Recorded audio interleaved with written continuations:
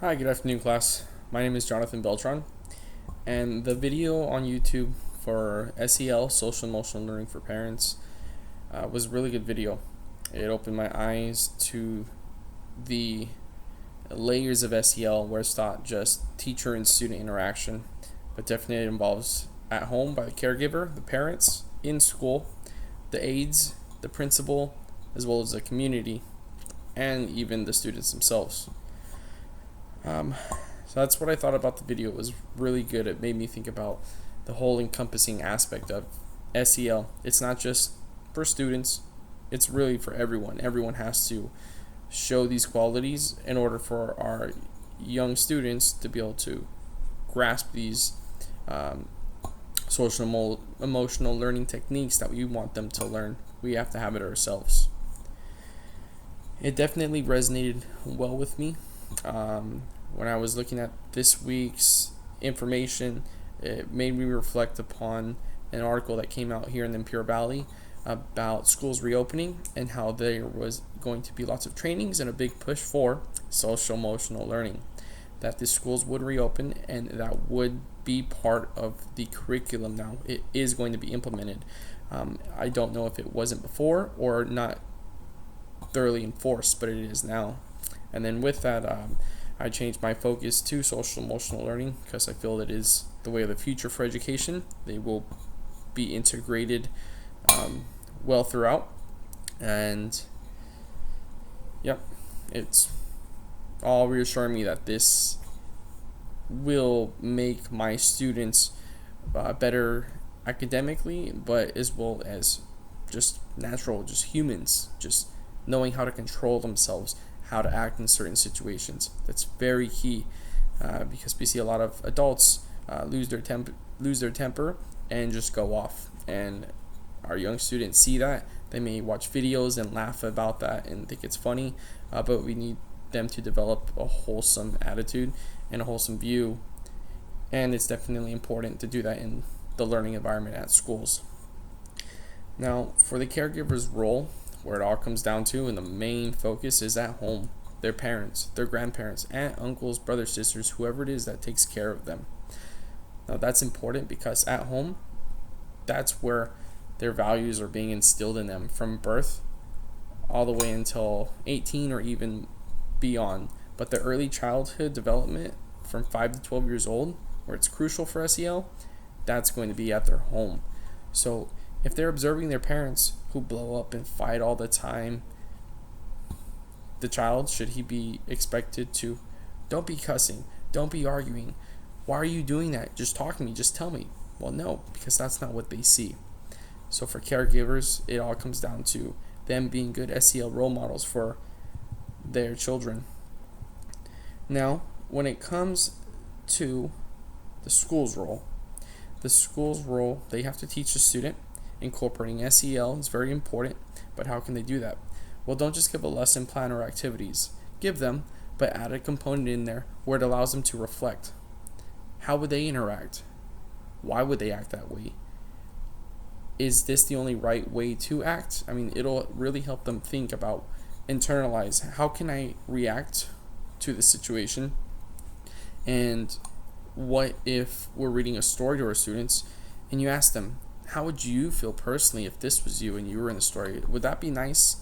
Is that something that you would want to happen to you? Or how would you act if that happened to you in the story?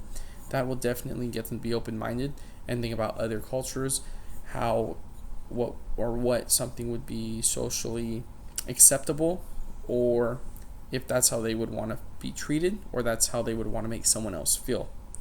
Now, that is definitely important for schools. Educators have to do that, as well as the principals. If a student gets in trouble and the principal starts going off on them, why are you doing this? You don't understand? You like getting in trouble? No. I know for the most part, principals wouldn't do that. They want you to talk about what you did. Why did you do that? What could you have done differently? So there's been the components of SEL throughout my education and the K through 12 system. That's really good to emulate and to do that as a teacher and in my future educational leadership roles. Now, the community plays a big important role with this. Why? Well, because events that happen in the community are shown on national news, local news, newspapers. They're made memes about them. They're on YouTube, TikTok, Facebook. These videos are everywhere of people and how they act or react to situations. Now, if we show a wholesome social emotional learning attitude, and we know how to properly internalize or externalize our actions, we'll know that if someone gets mad at us, don't pull out a gun and threaten them. Just don't cuss at them. Don't retaliate. I'm going to one-up this person and attack them verbally and attack their race or culture. We see that so often now. It's definitely beating a dead horse at this point. Now, if we want our students worldwide in the USA, or worldwide in general, any student to know how to act properly, then their community, whether it be local or global, what they see on the news or on TV, needs to portray these positive SEL techniques. So that's a big one in the community, because they're not directly influencing your child every day right next to them, but as soon as they grab their phone, tablet, turn on the TV, they are. And most of our students or children, they're on their tablets, cell phones, TV for a high majority of their time every single day. Now, one of my experiences with this, no doubt, when I was younger, being in the principal's office, being allowed to reflect social emotional learning techniques on myself and how my actions could have been better if I would have listened. Another one would be at home, being a parent. How I act or react to certain situations as a parent in front of my children, that's huge, because I don't want to detrimentally impact my child negatively. So I have to really reflect, how should I react to this, because it does not only affect me and the person I'm interacting with, but also the observers, my children, my wife.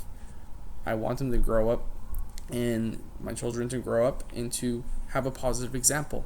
So I have to develop these techniques, or refine them if I haven't already. And the last one would be, as a substitute teacher, most of my lesson plans have incorporated SEL, social emotional learning techniques. Not just give the lesson, but allow a chance for every single student to reflect and to think, how could I do this? Or interact with your peers and ask them for examples. Do they like this example, or ways in which they can improve, and get insight on what their fellow classmates think.